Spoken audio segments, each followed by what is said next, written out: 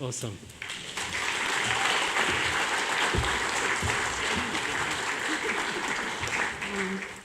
Kia ora koutou katoa, and warm Pacific greetings to everyone here tonight.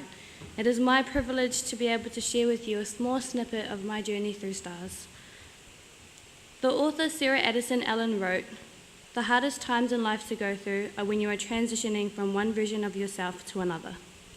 2013 was a significant year for me as I transitioned from intermediate to high school and suddenly became the Year 9 version of myself, which, as it so happened, was someone who had absolutely no interest in sports, always had a very good relationship with the library, and possessed an obsession for cleanliness.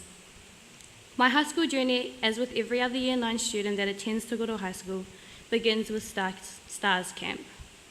I was excited, along with 130-something other students, but that excitement quickly disappeared as I stood at the edges of a very murky, ugly-looking pond that was soon to become the setting for my first ever camp activity, the mud run.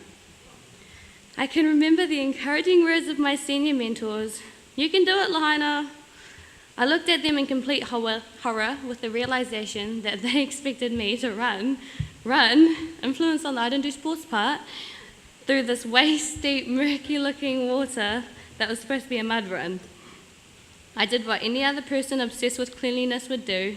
I absolutely refused to do it. I still really regret that decision too. My mentor, Braden, said to me, "You can do this, Lahaina, and guess what? I'll be there right beside you."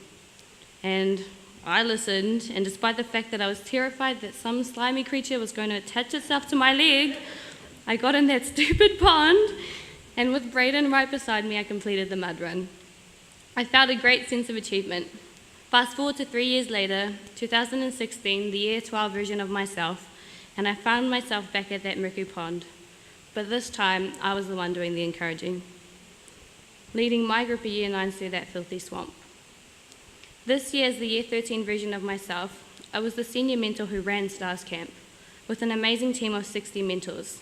3 of them are actually here in the audience, my brother Hawia, Tejana, and Miss Tara Gage over there. As a team, we led 140 Year 9 students through that same murky pond. I had no expectations of the STARS program as a Year 9 student, except maybe just to have a good time.